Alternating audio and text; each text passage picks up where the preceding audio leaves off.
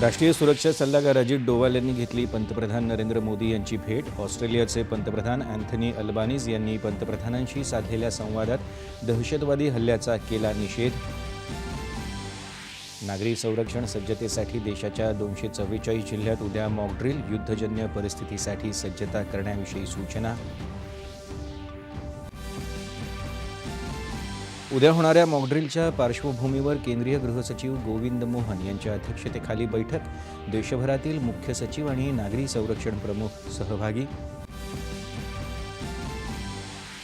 पहलगाम दहशतवादी हल्ल्याचा संयुक्त राष्ट्र सुरक्षा परिषदेनं केला तीव्र निषेध.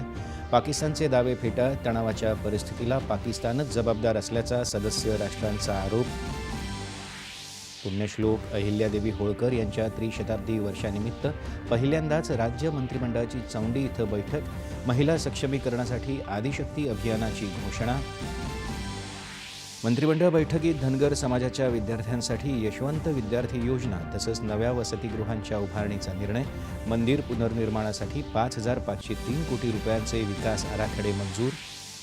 राज्यातल्या स्थानिक स्वराज्य संस्थांच्या निवडणुकीची अधिसूचना 4 आठवड्यांच्या आत काढून 4 महिन्यात निवडणुका घेण्याचे सर्वोच्च न्यायालयाचे राज्य निवडणूक आयोगाला निर्देश.